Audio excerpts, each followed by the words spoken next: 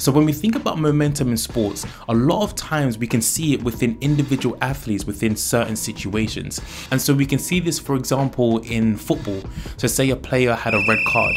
The opponent could then gain momentum from this situation and then start pressing the other team, start pushing towards trying to capitalize on their area of weakness and actually score a goal to kind of win that match. And so within this whole topic of momentum, there are physical advantages and disadvantages, as well as mental advantages and disadvantages. And so in this video today, what I'm going to be doing is breaking down the whole physical and mental areas of momentum, looking at what this actually is. What is momentum? How does this actually impact performance? What do teams actually do to shift momentum into their favor? And when might we see these shifts in momentum in the upcoming matches, upcoming future sporting situations? So for all my sports fans, basketball, football, NFL, baseball, the whole lot, stay tuned for this video as I break down momentum, looking at it from a physical and mental point of view. So what is up, guys? My name is Philip and welcome to my channel Psych Pass Shoot School, your channel for anything sports and sports psychology related. So if you enjoy any of those topics, football, basketball, NFL, badminton, any sport, looking at the psychology side of it, make sure you subscribe for more content just like this. So we can kind of define momentum as the occurrence of an event which changes the thoughts, behaviors and actions of athletes. And this can happen either positively or it can actually happen negatively, depending on the athlete, depending on certain situations. And so we can see this, for example, in football, or we can even see it in the sport of badminton, where there's a situation where after a long rally, one of the players actually wins that point. They then can gain momentum and that advantage at the fact that they battled through that rally and actually won, and then that could then help them gain momentum and then score multiple points back to back after that rally.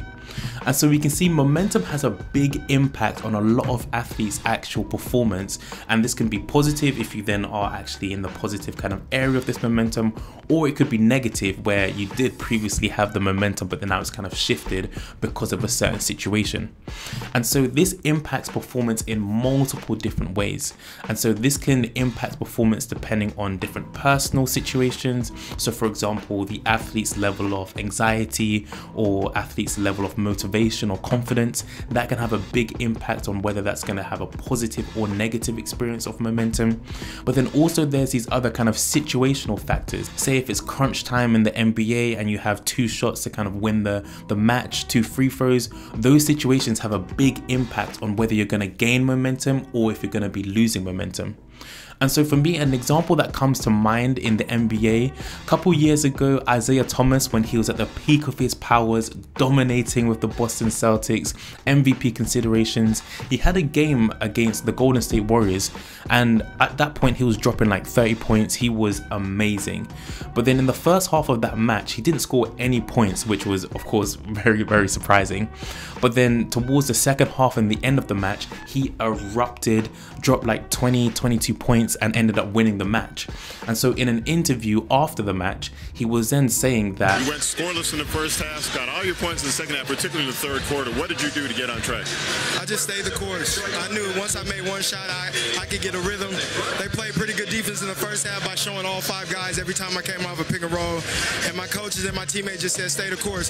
And I switched my shoes. Them other shoes didn't have any buckets in them. And so we can see from that example, there are multiple things athletes do towards shifting momentum into their advantage and for their benefit, whether that is taking free throws, getting to the free throw line towards getting to a rhythm, or if it's in football, making that run, making that tackle, maybe even a bit of trash talking towards getting into the opponent's head.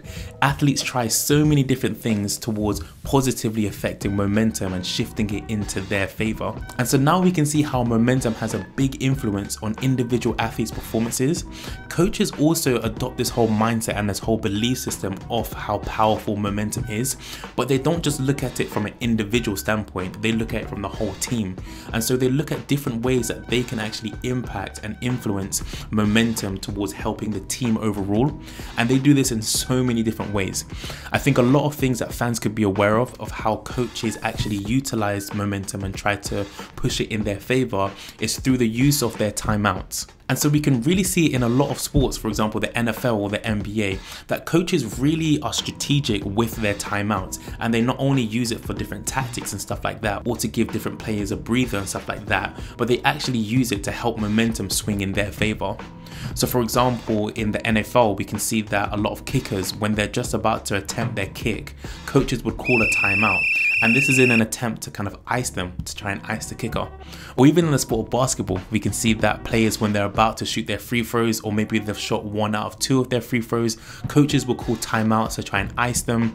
And this actually has a lot of study and a lot of kind of thought behind it. And as we all know, in pressurized clutch moments, if you can swing momentum, you can swing momentum into your favor through small percentages or big percentages, definitely take them. And coaches are utilizing this, they understand this, and this sometimes does have a big impact on whether they win the game or whether they lose the game.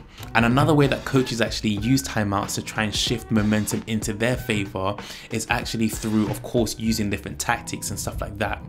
And so what that does, it then gets their team an easy play, an easy shot on target, whether that is an easy basket at the rim or whether that's a wide open 3-point shot.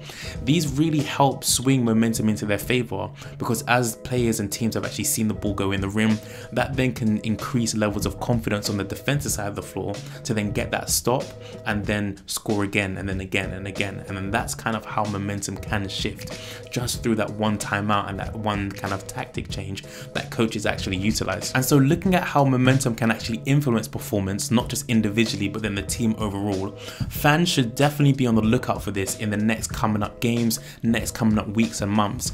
As we are in March, coming up to March-May period, there are so many different amazing sporting events that are coming up. We got in football, we got the Premier League reaching its conclusion, we got the Champions League getting into the quarterfinals, semi-finals and finals, we got in the NBA, we got the playoffs coming up soon. And so with all these different situations and all these different sporting events happening, definitely be on the lookout for momentum, because this could have a big impact in whether your favorite team actually wins a match, progresses really well deep into the tournament, or if they kind of lose really early, they lose bad games, they maybe get relegated in the Premier League. Momentum definitely has a big impact on a lot of players, not even just individually and on the team wise for just one specific match, but then also throughout a couple of matches. If players are dominating in matches, we can see it in the NBA, for example, in the Utah Jazz, they have a lot of momentum from game to game, not just in one game situations. They're actually running rampant throughout the NBA so far. Or we can see in the Premier League, Man City have a hot streak going on. And so we can see that momentum not only impacts individual athletes, not only impacts the team in clutch situations and in one match, but then it can also have an impact on how teams perform throughout multiple matches. And so that is really how momentum can have a big impact on different teams throughout the season, throughout different games. And so it will be so amazing, so interesting to see how this physical and psychological area has a big impact on who wins the match, who loses, who drops a lot of points, or who isn't clutch in those kind of pressurized moments. And so thank you for watching. I hope you enjoyed this video. If you did, make sure you hit that like button, subscribe for more sports psychology content just like this, and I look forward to seeing you guys in the next video.